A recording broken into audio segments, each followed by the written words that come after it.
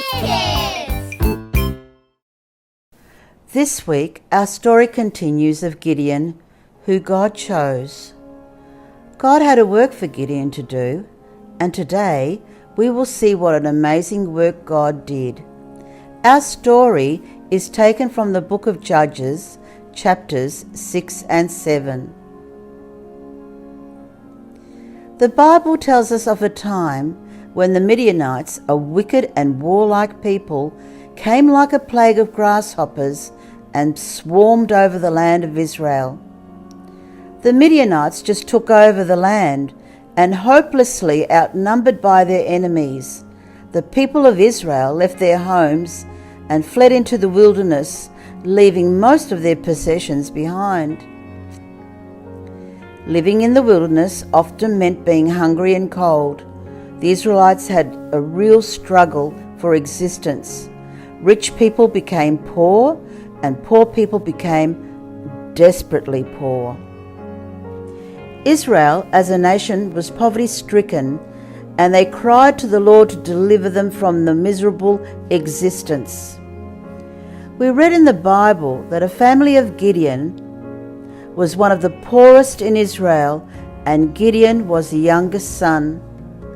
That, according to ancient custom, made Gideon the least important.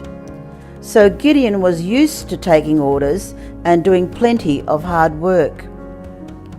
When Gideon was told by an angel of the Lord that God had chosen him to deliver Israel from the Midianites, Gideon's reaction was much as we might have expected it to be. "Me?" he said. "I'm supposed to deliver my people from the Midianites?" Gideon was sure a mistake had been made. Gideon explained to the angel that his family was poor, and being the youngest, he wasn't very important at all. The angel told Gideon that no mistake had been made. Gideon was the one God had chosen, and God would help him if he would trust God. So on the basis of his faith in God, Gideon started to work. The first thing Gideon did was to organize the men of Israel and get them ready to fight. And all in all, there were 32,000 men. And that was to fight an army of 135,000 Midianites. But when God said that was too many, Gideon spoke to his men and ordered those who were afraid to fight to leave the army and go back home. When Gideon gave his men a choice of whether or not to fight, many of the men left the camp.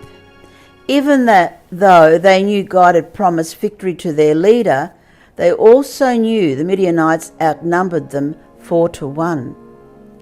Gideon's new army was much smaller than before, yet it was stronger. These men were not afraid to fight, but would courage make up for the lack of numbers? Now Gideon only had 10,000 men, and God alone knew how such a small army could conquer far more than 10 times their number. Gideon was beginning to realize the true meaning of trusting God. But God was preparing another test of Gideon's faith, and when Gideon talked to the Lord about the size of his army, he got a surprising answer. The Lord said that 10,000 men were still too many.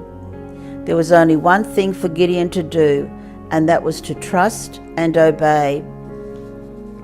At the Lord's command, Gideon brought his men down to the water and told them to drink. Most of the men bowed down on their knees and drank right out of the stream. And the Lord told Gideon to put these men aside in one group.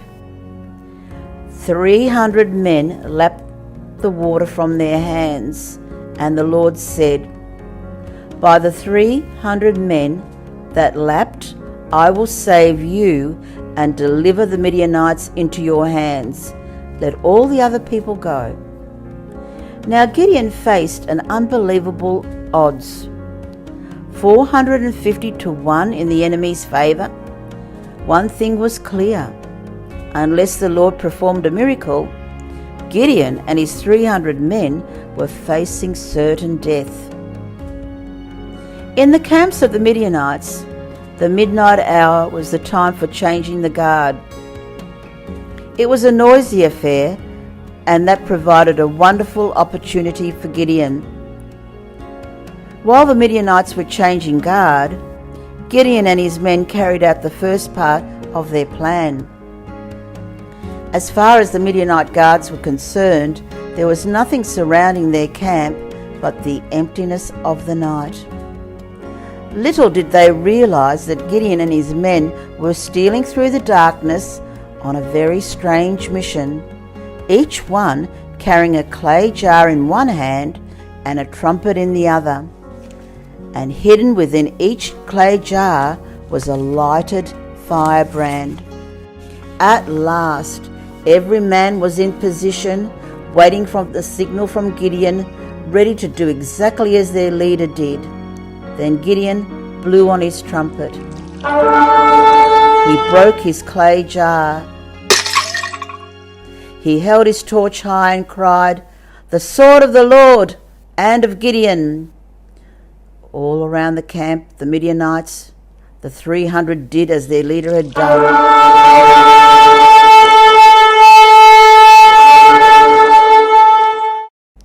The Midianite guards were struck dumb.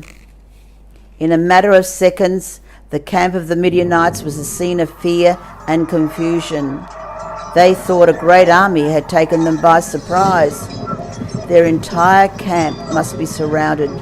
Where could they go? What should they do? Like a herd of wild animals in utter panic, the Midianites began to stampede.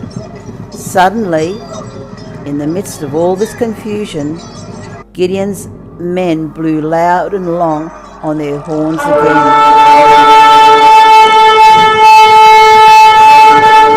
Then a strange thing happened in the army of the Midianites. Every man turned blindly on his neighbour, and they began to fight one another. The Lord caused them to fight each other in the darkness. Gideon drove the Midianites out of the land, and they never came back again. And the Lord gave a tremendous victory to Gideon because he trusted in God. Gideon learned that where God is concerned, believing and doing go together. But more important still, he learnt that one man multiplied by God's power equals victory, no matter what the odds.